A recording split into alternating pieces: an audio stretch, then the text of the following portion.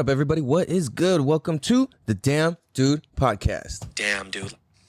This is episode 66, season 2, and I am your host, of course, California Cal. And we're here to have the conversations that need to be had in a way that'll make you think and say, damn, dude. Damn, dude. Damn, dude. You know what I mean? Talk about some real shit. This show is built off of authenticity and getting better and showing and revealing the real life fucking struggles that I go through, we go through, society goes through, and really getting to the bottom of how to live a fucking happy life. You know what I mean? Because it seems that today, in this day and age, that's like the hardest fucking thing that people are going through and struggle with, like how to just be happy. And we're all fucked up, from our diet to what we intake visually and audibly, you know, meaning the shit that we watch on TV, the shit that we listen to, what we read, all of this. Like, we're just fed so much bullshit everywhere. It's insane. So this isn't some crazy like conspiracy, like I said, we keep it real as fuck on here. Now, just a little update for those of you who've been following along. I've been doing the animal-based diet, and I intend and want to eat like this as my primary source of eating and primary way of eating, because I feel fucking great, dude. I'd been very misinformed with food and all this in the past. As far as alkaline, eating a diet that's alkaline and all this, I realized I was off a bit. Now, just because you eat alkaline foods, it doesn't automatically make your whole system alkalized, right? Like, it takes time. You got to detox the bullshit. And if you keep eating stuff that counteracts that, it's kind of all pointless and doesn't really do anything. It's still going to be unhealthy ultimately if we're eating all these nasty seed oils and all this crazy processed foods and sugars and all this shit. It's not good for us. So I have stopped drinking coffee in the past couple of weeks here, and I've switched to my new favorite drink. This one in particular, I made it myself. Oh yeah, you don't see any logos on this.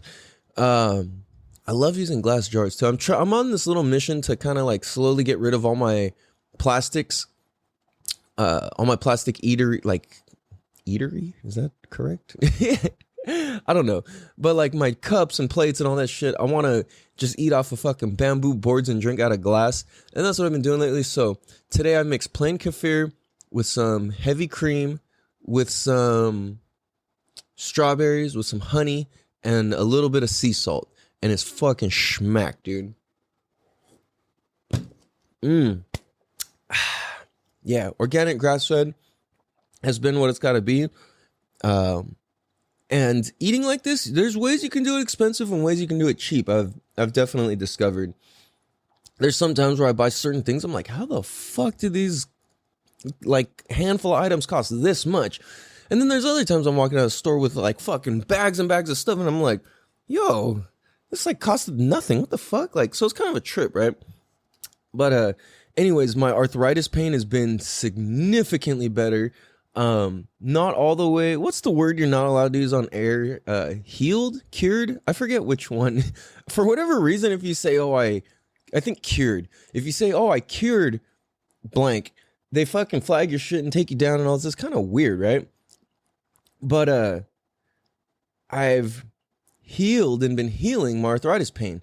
Now, I have gone with the turmeric and moringa route and trying to eat a bunch of that because it reduces inflammation and all these other things. And I'm learning more about that and how many defense chemicals are built into them. And it's kind of like the wrong way to do it in a sense, because inflammation needs to exist for a reason in our body. You know what I mean? It's not a bad, it's not a bad thing. Inflammation's supposed to happen. When you work out, your muscles get inflamed. When you get sick, when you injure yourself, you get a bruise, you break your arm, whatever. It's like they get inflamed. It's to protect you and heal you. That's kind of the whole point of inflammation. It's your body doing what it's supposed to do. But the thing is like, well, a lot of people go to treat the inflammation, but that's the whole problem, is why not, instead of treating the inflammation, go back and uproot the main cause of inflammation in the first place. So now if we're not talking working out, we're talking eating food. If you're eating seed oils and you're eating these processed sugars and all of this, it's causing inflammation in your body in the first place. So why not just change the root cause rather than going and treating the effect? You know what I'm saying? The side effect of it. So that's kind of my whole issue that I have with Western medicine and how we handle things in the United States in general, is we go and treat the problem, not the cause. Damn, dude. And that's fucked up. And now, if you look, I don't know if you guys have been noticing this too, but on Instagram and wherever else, they've been promoting eating crickets like a motherfucker. Oh, this cake is made with cricket powder. I saw cheese puff chip things made with cricket protein. Yo, I'm not buying into this. I'm not doing it. It's not like I'm like all, you know what I'm saying? If I'm in fucking like Thailand and they got crickets and what and in the street food, like that's a whole nother story. But when you're substituting whatever for cricket, like what the fuck do crickets eat that we want their shit in? You know what I mean? Like, why the fuck do we want that in us? Like, I'm good, bro. So anyways, this episode is actually like way fucking deep. I just want to give it a little update. I'm down. Last Friday I checked, which would be 3 weeks into this diet. I'm down 3 weeks. I'm down 10 pounds, maybe 11.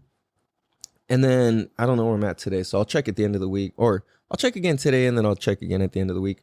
But I want to talk about, I noticed calling people crazy is something that gets thrown around very easily. Now, it's crazy because this weekend was the most amazing weekend and also the most stressful, all in the same hand. Now, excuse me.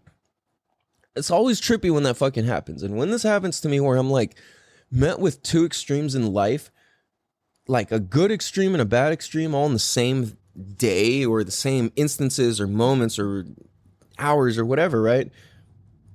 I just have to think of what my homie Sebastian said. He's like, bro, harmony. That's what you need, is just focus on harmony for now. Create that for yourself in your life.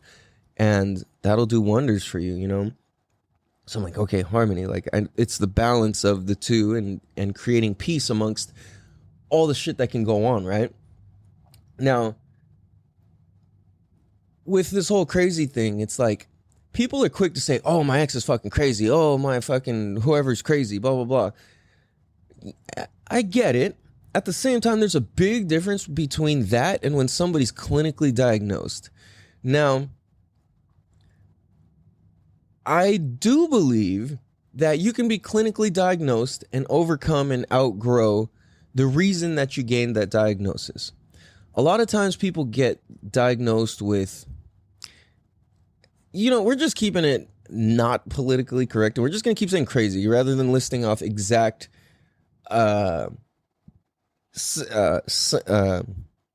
diagnosis and all that, you know what I mean? Like schizophrenic, this, that, blah, blah, blah, personality disorder, all this stuff.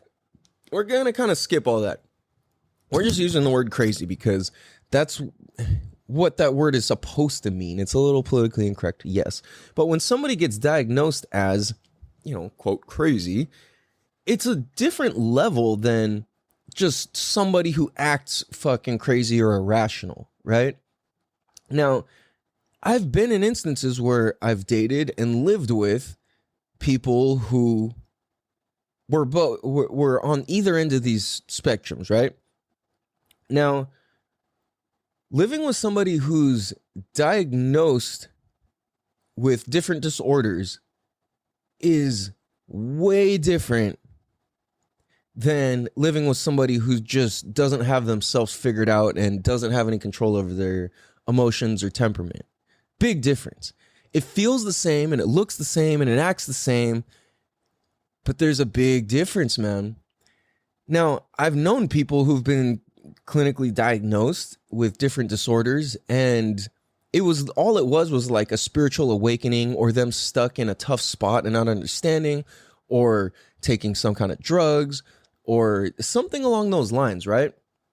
Now, we've all experienced moments where we all feel fucking crazy or feel like we don't know what the fuck is going on, or we've lost touch of reality, or we've lost a hold of ourselves, or, you know, we just can't get a grip. But when you live with somebody who's really not able in the moment to outgrow those things and can't figure it out, it makes life hard for everybody. Now, the thing is like, I've been in both of these situations, and for the one instance where it's like you're with somebody who's not clinically insane or diagnosed, I should say, I realize I'm being insensitive, but I'm kind of over the whole sensitivity thing. Like, I'm fucking whatever. So I realize when you're with somebody who's just irrational or not in touch with their emotions and their temperament and all that, a lot of it has to do with how you say stuff and do stuff and all of that. That sets off their triggers and their emotions and all of that.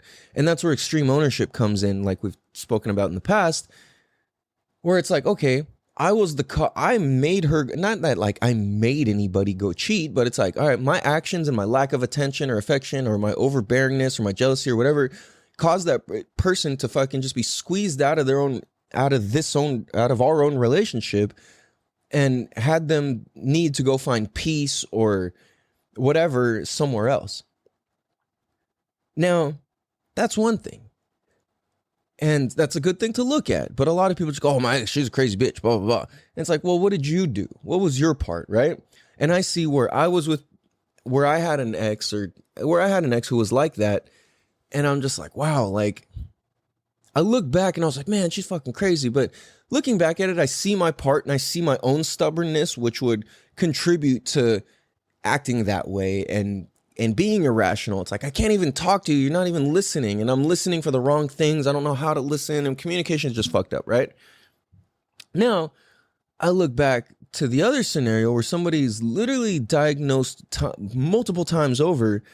And I'm like, damn, no matter how I come with my communication, and no matter how I come or present myself or how carefully I choose my words or anything, that person's still going to flip out because they have a real disorder. And as much as I can take responsibility for myself, I can't do anything. It's like impossible to hold space for somebody who's in that zone or mode, because the chemicals in their brain are imbalanced and it's going to just go one way or the other and you don't have no idea. And it's like, if that person has a history of abuse, has a history of abuse, then it's just, everything's going to get triggered like that, whether you're a good person or doing good things or not. And for so long, I was trapped in this cycle of like, I don't understand. And I'm trying to take ownership and I'm trying to take responsibility for myself and my communications and my lacks and whatever, wherever I'm lacking. And no matter how much I take responsibility, there's still a new thing that gets layered on and this whole other angle and this whole other side. And it's like, where the fuck did this come from? And that's the most frustrating thing when you're with somebody who's caught in this like cycle or loop of I don't even know, like different personality and different rationale and different ways of coping. And you're like, fuck, like you never know. You literally don't know who's going to show up that day. And it's not like the movie, what was that Jim Carrey movie? What is that movie called? Where he's got the different, Me, Myself, and Irene.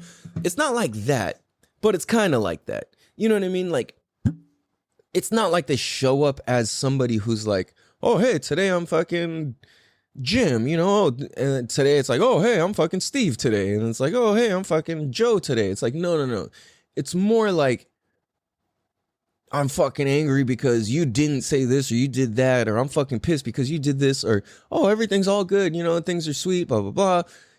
And when you're like in that, like they can, I don't know, in my experience, they've been able to uphold a certain understanding and demeanor for themselves to a certain point, but at a certain point it just fucking flips and they can kind of override it a little, but at a certain point it just absolutely fucking flips.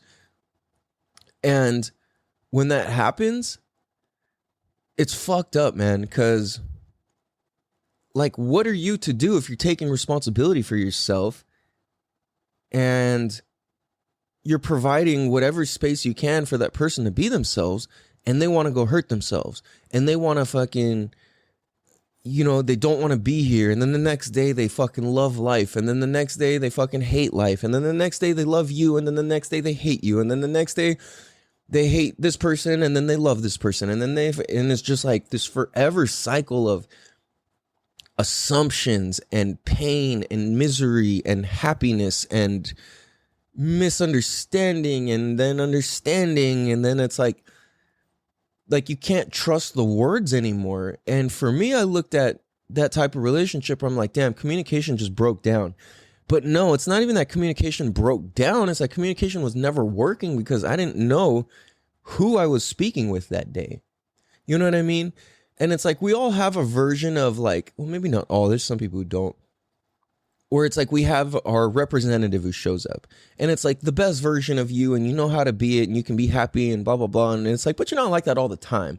It's just the best version of yourself that's being represented. And when that happens, it's like, okay, that's usually kind of the more like, oh, my ex was crazy. She was so cool, blah, blah, blah. And she fucking flipped. And that's where it's like, well, what did you do? What did you not communicate? What did you not say? What did you say? Blah, blah, blah, right? But then it's like, if you've gone over all that, and then on top of that, you seek professional help with a counselor or a relationship therapist or whatever, and that's still going on. And then I'm like, dude, I'm looking at this. I'm like, I'm doing everything I can when I was in that position. And it's like, when you go to when you go to three different therapists and the therapist makes you just fucking sit there and has the other person basically doing their own thing. And then you start hearing the therapist extract the cycle that this person's in. And you're like, holy shit. And everybody's like, holy shit, this is so simple. Like it's not all on this person, but it's like, there's like definitely a balance to who contributes what. And when one person is just stuck in a fucking cycle of over and over and over and over, and it's like, dude, I literally got not kicked out, but like I got silenced on basically, kind of funny way to say it. Not like, you know, it was all good in these therapy sessions. And I'm like, you see, like, this is what I'm talking about. You know, it's like, this is my problem. It's like, why do we show up? And then they say, okay, you're good. We need to focus on what this person's doing.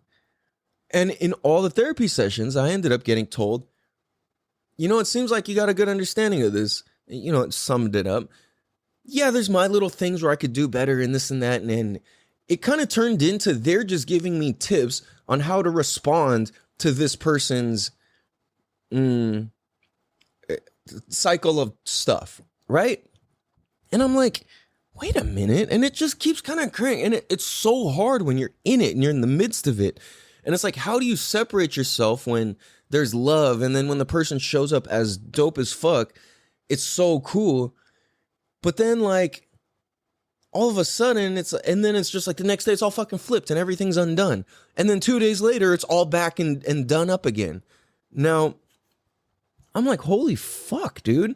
And then you look at the aftermath of it, like somebody's just fucking spiraling. And I had this ex hit up other people who she thought I liked and had relationships with and all this shit. Like literally like friends of mine where nothing's ever fucking happened. We're just good friends. They're female friends. Yes. They might be pretty. Yes. But that has nothing to do with fucking anything.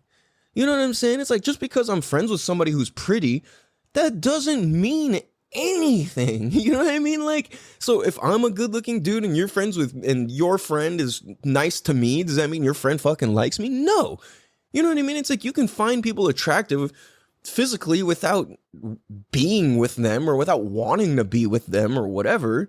You know what I'm saying? And it's like, at a certain point, I'm just like, what the fuck is going on? And once I saw that after the fact, and even after we split and broke up and they're reaching out to other people, I'm like, who are literally friends of mine, and they're going, oh, I know you, blah, blah, blah, blah, blah. And then I find it, and it's like, my friend, they're like scared to tell me this because they don't know the status or whatever. And then I can be like, oh, like, you know, your ex is fucking acting crazy as shit by doing all these things. And it's like, well, fuck, man, you know, like, sorry, that's why I'm not with them. You know what I mean? Like, what are you supposed to do? Like, it's really fucked up and it's not cool.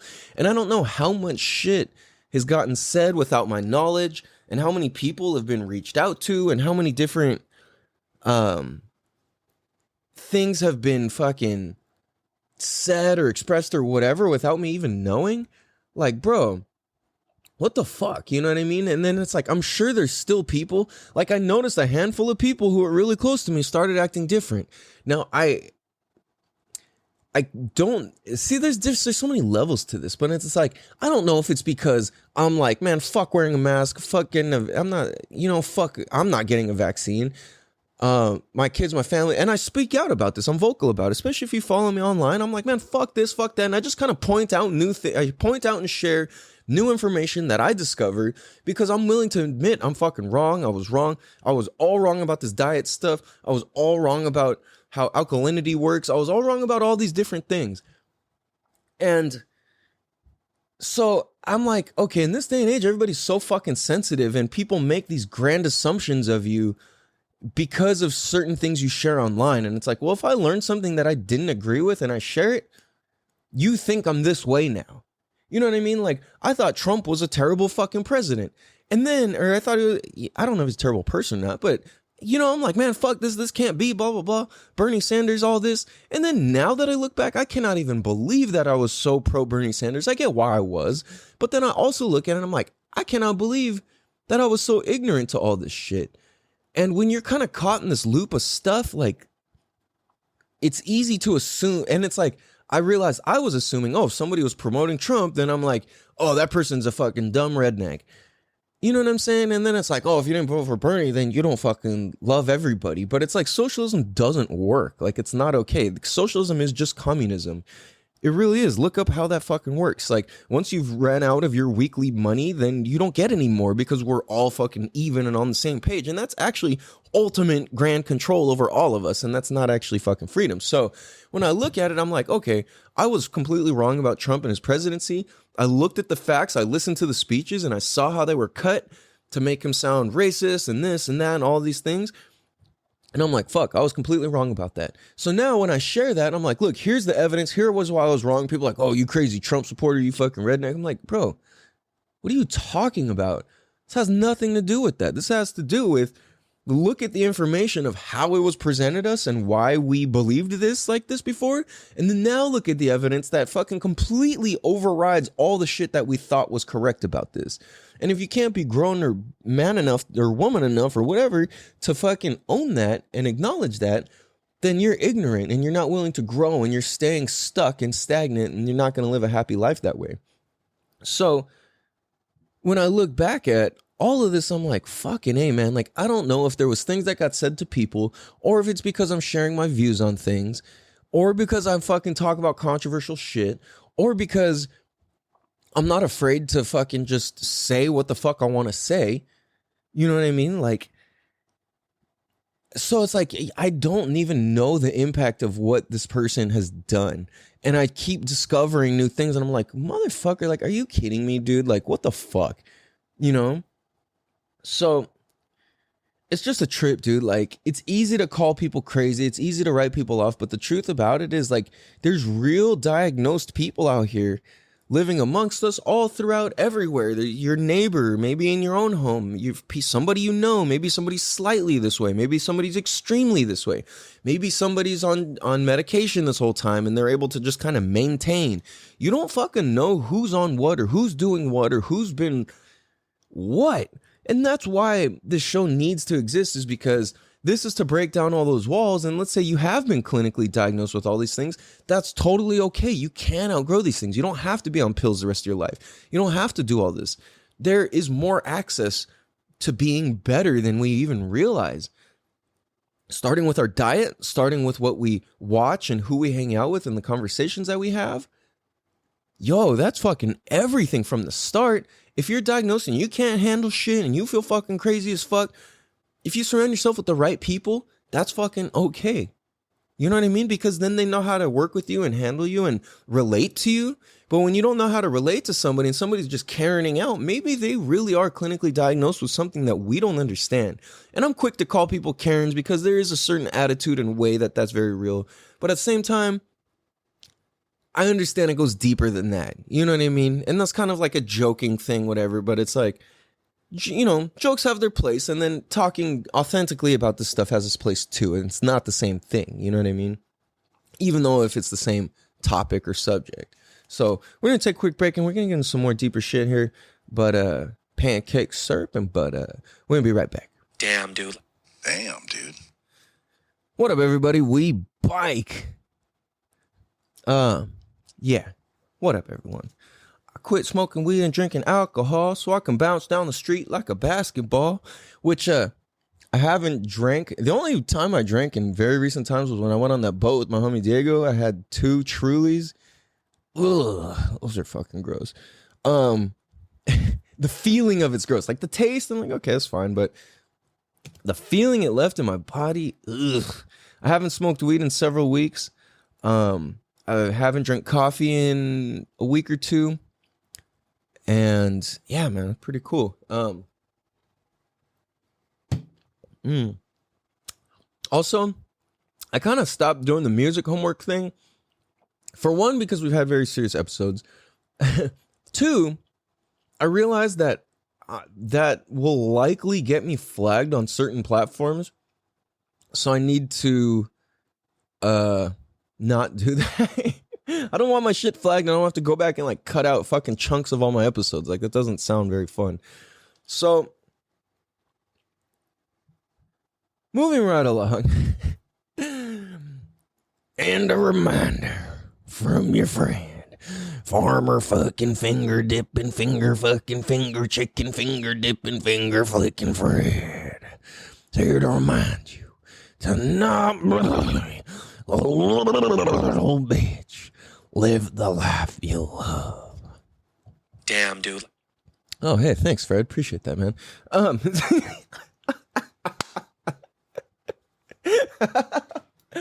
So, no, let's get back to this. So, you guys, why the fuck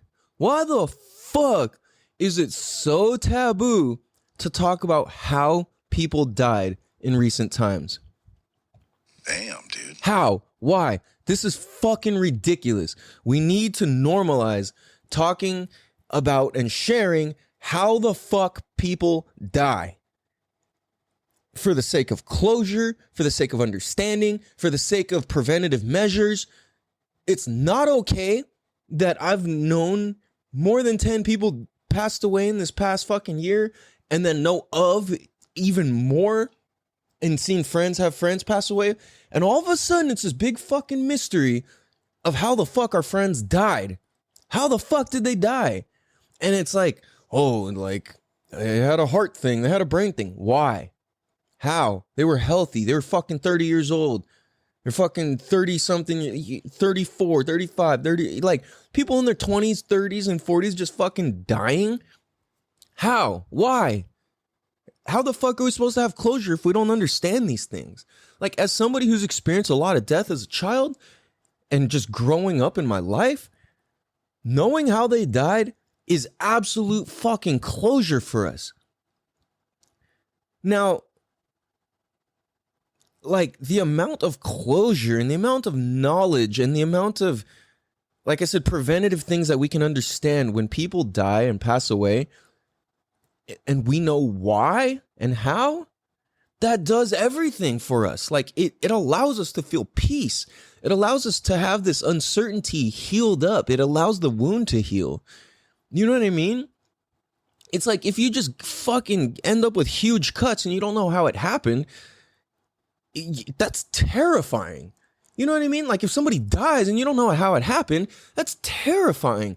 And then if you're stuck in a place of terrified that you're going to die from who even knows what, how easy do you think it is for you to be fucking controlled? Damn, dude. You know what I'm saying? So it's like we really need to normalize how the fuck people are passing away, because it's just fucking insane, dude. Like, having the normalization of knowing how people passed away, knowing how our friends are passing, does so much for closure and growth And like I said, preventative measures. Without these, it's so hard to heal the wound without knowing. And it's like, dude, we need this. And now in this day and age, life insurance companies tripping the fuck out. Because they're like, yo, how are all these fucking people dying? People are dying like crazy lately. Normally it's people die in threes. And now it's like people die by dozens. People are dying by the motherfucking dozens. That's not okay. How? Why? Let us know. Tell us. We need to know. Like, what the fuck, dude? If I didn't know that my best friends were murdered. So check it out. I had 2 best friends murdered. One shot in the throat. The other was stabbed to death. Now, my other friend, rest in peace, John, who got stabbed, and rest in peace, Pablo. For the longest time, there was rumors of it was suicide or he was murdered. Now, there's 2 different beliefs and 2 different things on this, but I know in my heart, my friend did not kill himself. And the way that it happened, it just doesn't even make sense. You could kill yourself like that.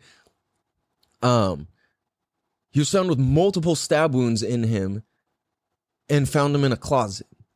That's not suicide. You know what I'm saying? And he was, like I said, he was like a fucking fly ass dude. He was a really handsome dude.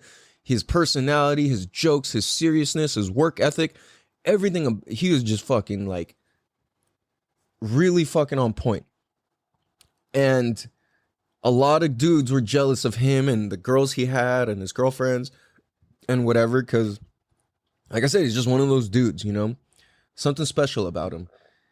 And when I didn't know, I was in a fucking wreck, and I was so easy to be fucking swayed this way or that way or whatever, because I didn't fucking know, and I was just so hurt. And it's like, imagine getting a huge wound in you and you don't even know how you got it. You're going to be scared and nervous of certain things. You're like, where did I go in the past day? What did I do? What activities did I do? What did I eat? Who was I around? Did I scrape against it? You know what I mean? You have all these questions, and it creates this fear. Now you're walking around like, oh shit. Was it the fucking kitchen sink? Oh shit, was it the cabinet on the corner? Oh shit, was it my car door? Was it whatever, right? So you don't even know. And then on top of that, when we get to know how people died, it provides a huge amount of understanding for the impact that person left on life. You know what I mean? Like for me, I want to be more than a fucking organ donor. I don't believe that being an organ donor is that noble of a thing. It's like I'm fucking dead anyways, bro. Like I ride a motorcycle, I do dangerous stuff. Like, of course I'm gonna have my shit available to somebody else if I fucking kick the bucket and it can help save other people. Like, why the fuck would I not do that? But that's not noble. I'm already dead by the time I did that. You know what I mean? Like, it's not noble. So yeah, I got the stamp on my card, blah, blah, blah. Who gives a fuck? I didn't have to do anything except check a fucking box. You know what I mean? Like, it doesn't do anything. I mean, it's not that it doesn't do anything, but it's not like this great noble thing. But like, dude, if we know that somebody killed themselves, if we know that somebody died in a car wreck, if we know that somebody died from a heart attack, if we know that somebody died from a brain tumor, from whatever, and we know why it happened and why they got that. What was the diet? What was the this? What was that? We can then begin to have conversations that open up and allow us to have knowledge, and that opens us up to have the knowledge that allows us to live a better and healthier life. Damn, dude. You know what I mean? And I know when I die, I want to leave that behind, and I want to be left. I want to like leave this fucking planet having made an impact. And I realized I used to just want lots of people to show up to my funeral. And I realized that doesn't fucking matter. I'm not even going to be there. I'm going to be dead. And the thing is, if important people show up to my funeral, cool. Fuck yeah. Like, I don't know, man. But it's like when my homie Pablo died and my homie John died, there was literally hundreds and hundreds of people there. Now, they both died at 20 years old. And the impact that they had on people just at that age was fucking mind-blowing. You know what I mean? And then I've had other friends pass away, and I see the impact of the life that they lived. And I see it on all spectrums and all different sides of the scale, where it's like people who lived really impactful lives and then people who live lives that were not so impactful. And you could say, oh, they lived a humble life and blah, blah, blah. But it's like, we're looking at this as impact. You know what I mean? Because when somebody who's really impactful passes away and dies, it leaves a fucking legacy, and it leaves people to talk about you and to remember you, and it changes life for people from there forward, because then other people embody your spirit, other people embrace your life that you lived and all of that, and they're able to live better lives. You know what I'm saying? So it's like, I truly believe that in order to live a good life, like a life of fulfillment, life requires a certain amount of suffering.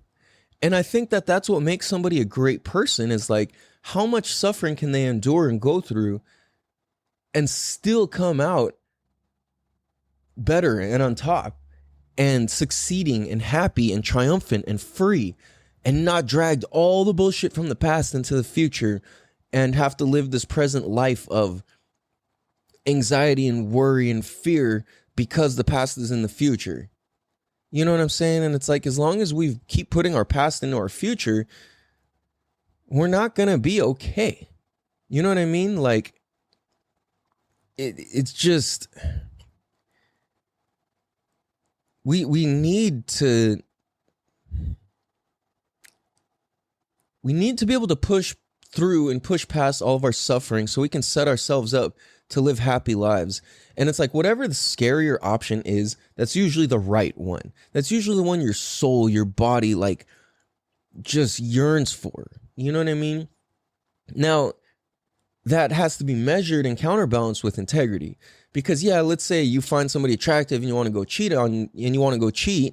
It's like, well, that's not living like a dope, fulfilled life. That's more just kind of following your ego. And that's not really going to provide fulfillment. That's going to create more problem, right? So I think that's why it's like, okay, whatever. Yeah, it might be scary to go cheat. It might be exciting, but that's not fulfilling. You're not going to feel good afterwards. You know what I mean? You might for like the day or a couple hours or whatever, but you're not going to fucking actually feel good, and you're not going to feel fulfilled. And whatever relationship that you are building off of that is going to be trash.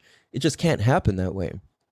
Now, I know people who've cheated on their girlfriends and fiancés and then gotten married to these people with all those secrets still intact. And I'm like, ouch, yikes. You know what I mean? Like, your whole thing's built off of a lie. That's, you know what I mean? Like, your whole foundation. And whether it's present or not, it still lingers, and it's still going to hold you back, and it's going to make you old, and it's going to make you stressed. It's going to make you lose your hair. It's going to make you fucking, you know, your weight all crazy this way or that. It's going to, whatever, however the fuck life physically wants to affect you, you know? It'll show up in your face. It'll show up in, it'll just manifest itself in the different ways that that stress can exist in humans. So it's like, if we take on good problems to have, then we've got something dope. If we take on problems that are in alignment with our integrity, then we got something good to work with. You know what I mean? Damn, dude. It's like, if I take on, all right, I want to change the leading cause of death for children in the world, or the leading cause of accidental death for children in the world, which is drowning. That's a good problem for me to take on. It's not even realistically solvable. But in my head, I'm like, you know what? I can do something about this, and I can make a big fucking impact on this. And, you know, it's like, dude, I want to leave an impact on this planet and this world so big that people's lives are changed because of my death and because of the life that I lived. You know what I mean? It's like, dude, that's why it's like this podcast hits so hard for me, because when I die, I'm still fucking here for you guys. My message, my learnings, my teachings, my sharing, my understandings, my whatever the fuck, my experiences are all here. Whether the fucking audios stay up online for the rest of my life, or or you just have my notebook left, or not, or whoever listened to this and carries on the message and shares it and whatever. It's like, I believe that I'm creating a legacy for myself by doing this, and not even for myself, but for other people. Like, this is a roadmap for my kids to be able, my kids and my kids' kids to look at this and have an understanding of why they are the way they are and why they've assumed the place that they've assumed in life. You know what I mean? Why they've taken the stance and position that they have. So if I can really like make a dope impact, leave a dope legacy behind, then that creates legacy for my family and everybody else who knows me and moves on. And it really hit me. I'm like, damn, if I died right now, I wouldn't have a whole lot of people to like put on for me and remember my fucking, you know, to still speak my name and all of this. Like, I haven't done anything dope enough yet. Yeah, there will be an impact. Like, yeah, I've touched and helped a certain amount of people, cool, but that's not enough for me. Like, it's got to be bigger than that. And we all have the opportunity to do this. And I'm not saying I'm anybody special or I'm doing anything great, but I know I do good things for this planet, and I know I do good things for the people who are around me. If you're diagnosed with certain disorders, then you're never going to see that. And that's kind of like what ties this whole thing together. It's like, wow, I've been doing good things and I've been taking ownership and I have not been a bad fucking person, but I've been painted to be in past relationships. And I'm like, wow, how the fuck? Like, not saying I'm perfect or this or that. Like, yeah, I got my flaws, of course, but I take responsibility for them. You know what I mean? And it's like, if that's kind of the best you can do, you know what I mean? Like, if somebody doesn't want to see you or whatever, like, the most and best thing you can do is take responsibility for yourself and own that shit. So this is where I'm like, dude, I will go through whatever amount of suffering I got to go through in order to live a fulfilled and dope life. Like, recording these podcasts and not having people share them, not having my friends listen or support, I got a handful. But outside of that, it's like seemingly nobody gives a fuck. So when I die, like, and then all of a sudden people start giving a fuck because they start listening to the show, then that's fine too, man. That's fine. I would prefer you guys to do this and be on board with this shit now. But dude, I'm just going to do good shit whether fucking I get the credit for it or not. You know what I'm saying? And that's what I want to do. And that's what I believe my place in this world is. I want everything to match with my integrity. All my suffering to be matched with my integrity. All my goodness to be matched with my integrity. And all of that to be matched with me putting good into this world. It's like, my life is pretty fucking crazy, dude. Like, I don't live like a normal, it's very whatever. It's like, let me say this. I often don't catch myself doing the same things that other people are doing. You know what I'm saying? Like, very, very real. That's on a very real level. My schedule, where I drive, what I drive, how I drive, where I go to, where I show up, the people I work with, the impact that's left on these people, the physical things I teach or give or show or whatever. They're going to show up in different ways for different people. But the thing is, I fucking tried, man. I'm trying and I'm doing what I can and I'm working through the suffering. You would think, yeah, I'm just recording the show, blah, blah, it's fun. And if this show reaches any level of success in the future, which it already has, because for one, we've been a top 10% podcast out of all podcasts that exist. Cool. You know, I mean, that's not that big of a deal because most people just stop after a couple.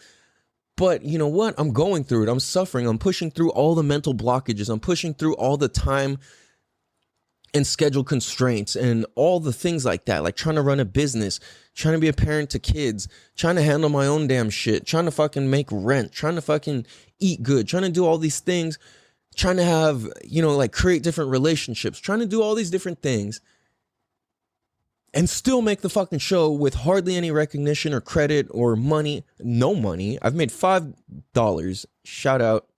I want to say the homie's name was Danny. So all I've done is invest into this myself. Monetarily, I've put a lot of money into the podcast stuff. Physically, I fucking show up for this thing twice a week. And then I record for usually an hour. And then the hour that goes into typing it up and uploading it and doing all this and all of that, right? So there's a lot of people thought this show fell off or I stopped or whatever because I stopped promoting a lot on my Instagram page. The truth of the matter is that I just don't have the internet at my house and I only have hotspot and it makes it 1,000 times harder to do anything. So I should probably get internet. But I don't care. I'm just going to keep going. You know what I'm saying? I'm going to keep going, and it's part of the suffer, it's part of the struggle. And yeah, I will get back to doing that and cutting sound clips and all of that. But dude, this is like, we can choose our suffering.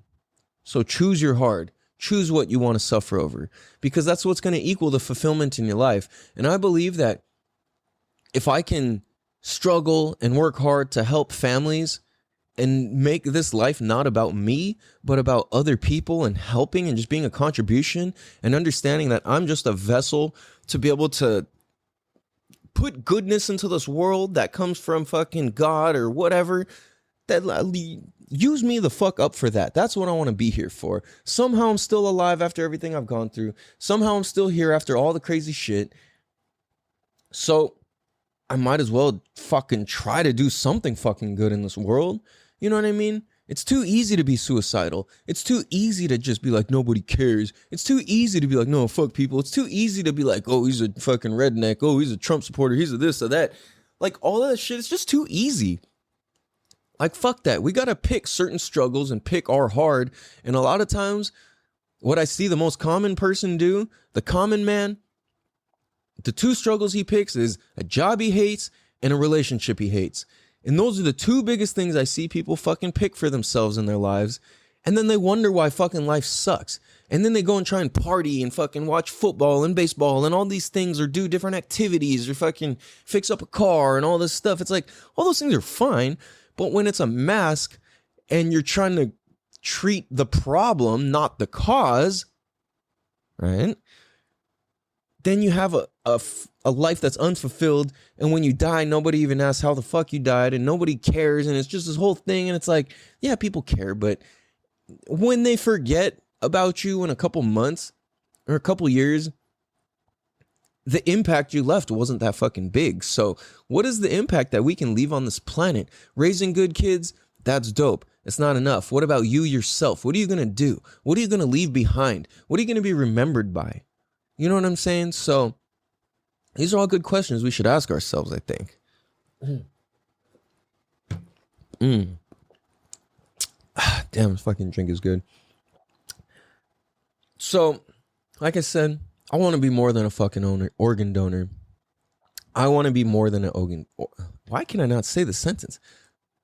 I will be more than just an organ donor. There you go.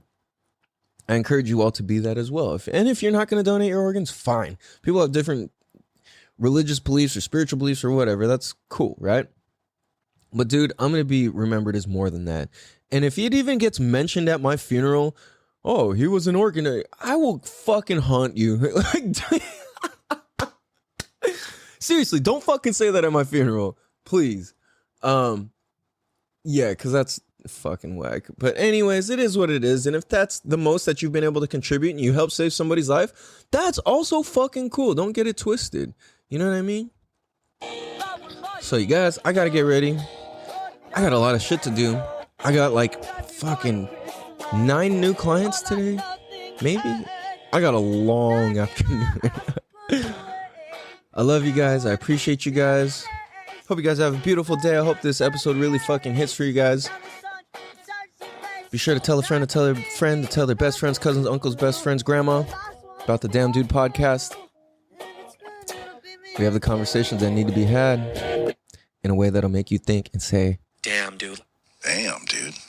Love you guys. Have a beautiful day. Much love. Peace.